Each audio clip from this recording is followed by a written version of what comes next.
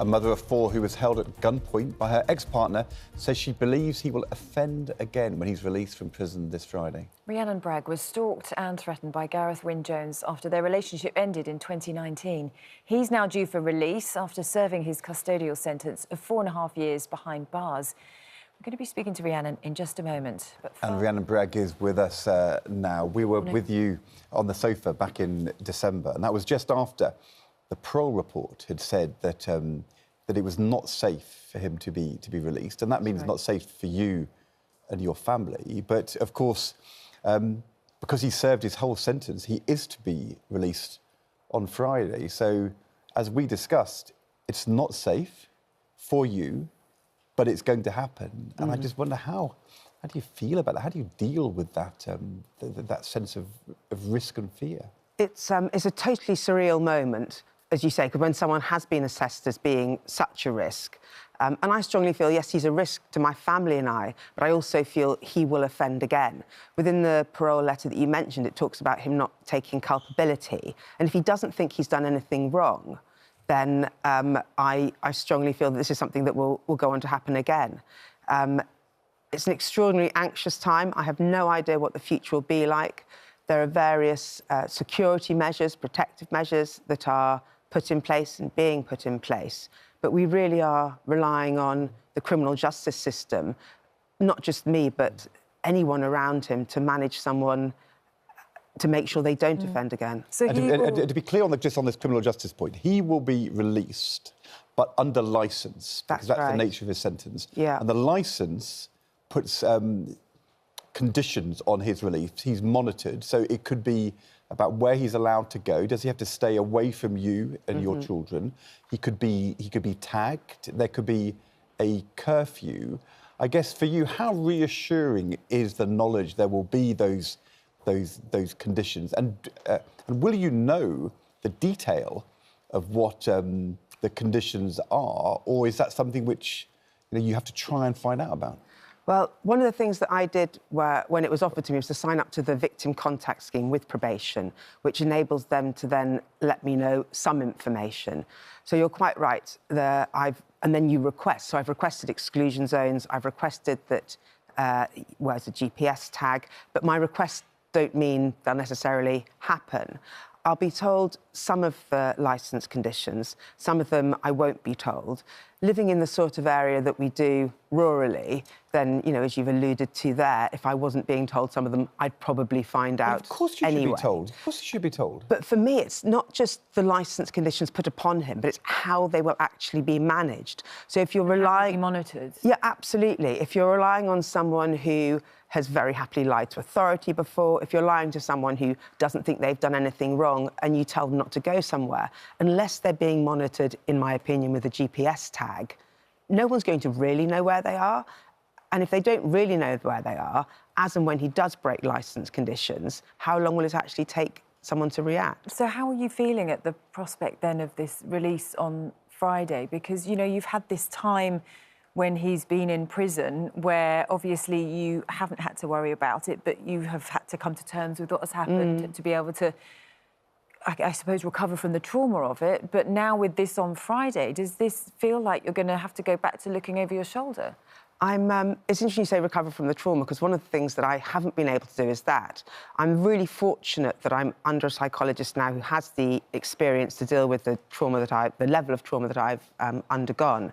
But in fact, after we tried a few trauma sessions, which must be a couple of years ago now, it came to the conclusion that I couldn't have trauma therapy yet because my brain is focused on trying to problem solve the upcoming threat, which is him on release and back potentially. So it's still an ongoing situation. So your brain is saying situation. This is still an issue. So I'm and I won't know until it happens, wondering whether will I go right back to how I felt when I was being stalked, that feeling of not knowing where he is.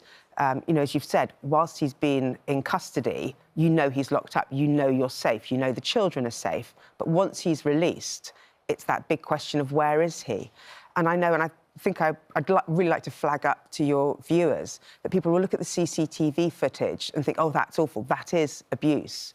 And I've been told it quite recently by someone speaking to me who said, well, well, you know, what happened to you was awful. I've experienced something, but it was nothing as bad as you had. There wasn't a gun involved. But so much is to do with the psychological abuse, the pressure of stalking, the incessant nature of it. And that's what I think is almost worse for me. That's what left me feeling like I really couldn't take any more. You know, the feelings of when you start feeling suicidal because you just want out, so that someone doesn't actually have to physically touch you in any way to still be capable of ending your life. Because you work with victims now, don't you, to be able to sort of create more understanding and you know, enable them to help get over their situations or deal with their situations? So rather than specifically working with victims, I'm working with organisations around victims. So, for example, yesterday I was presenting at North Wales Police Headquarters, the Welsh Task Force for Violence Against Women and Girls.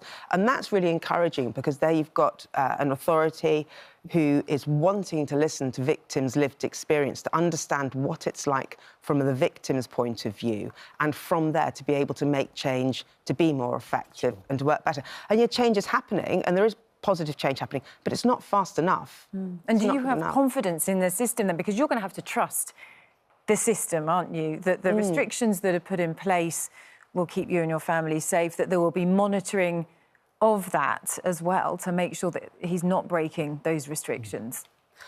I think it's really important to remember that the next 5 years are still part of his sentence. He's serving sentence in the community, and it should be treated as such.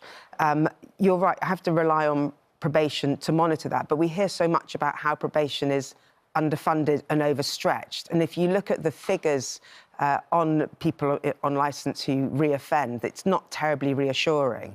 I know that public protection was something that was mentioned by the last Inspectorate of Probation when he stepped down in the autumn as being a massive concern.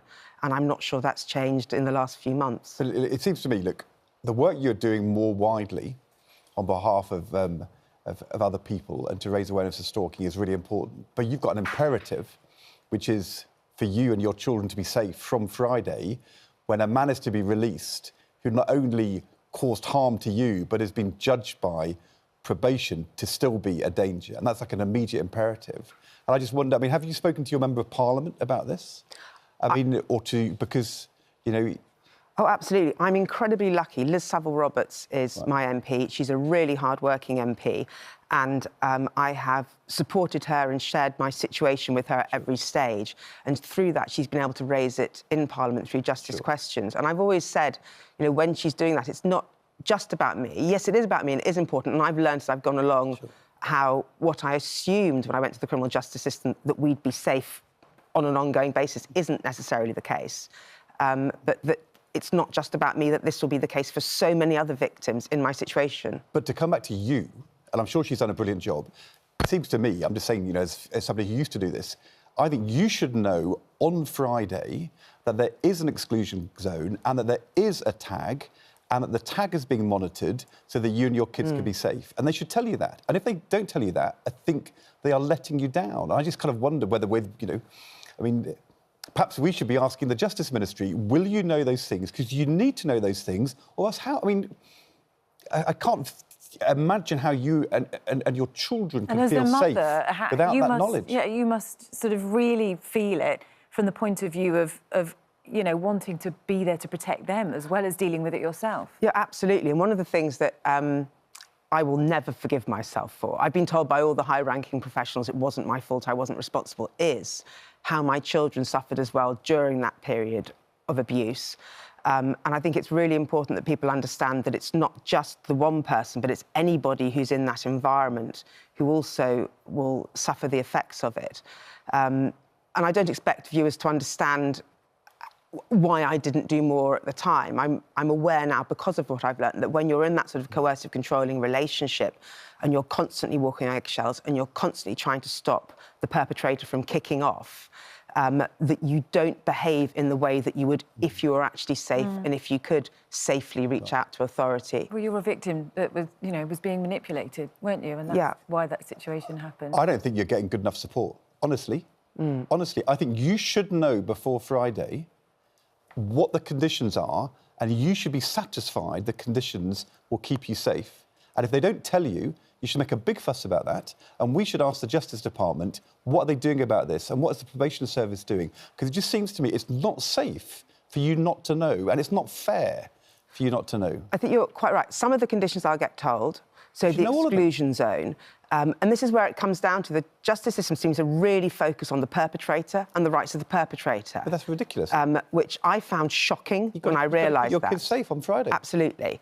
And without knowing all of those conditions, and not just knowing what the conditions are, but really feeling that he will be so safely managed. Having trust in the system that makes it work. Absolutely. So tell your MP to ring the Justice Minister before Thursday and ask for the answer. I really think you should be aggressive about this. It's really important for you. It's incredibly important. It's our future, it's our safety. And it's literally all we want to do is to be able to live safely at home, in the environment that we live in, free from fear of a known threat. And it's something which I think most people wouldn't even think twice about. You absolutely have the right to do. Thank you so much for coming in, for speaking so openly about the situation. Thanks very much. We'll ask a question for you too. Thank you. Keep going. Thank you. And just to say, if you've been affected by any of the issues we've been discussing, you can always find advice and support at itv.com/helplines.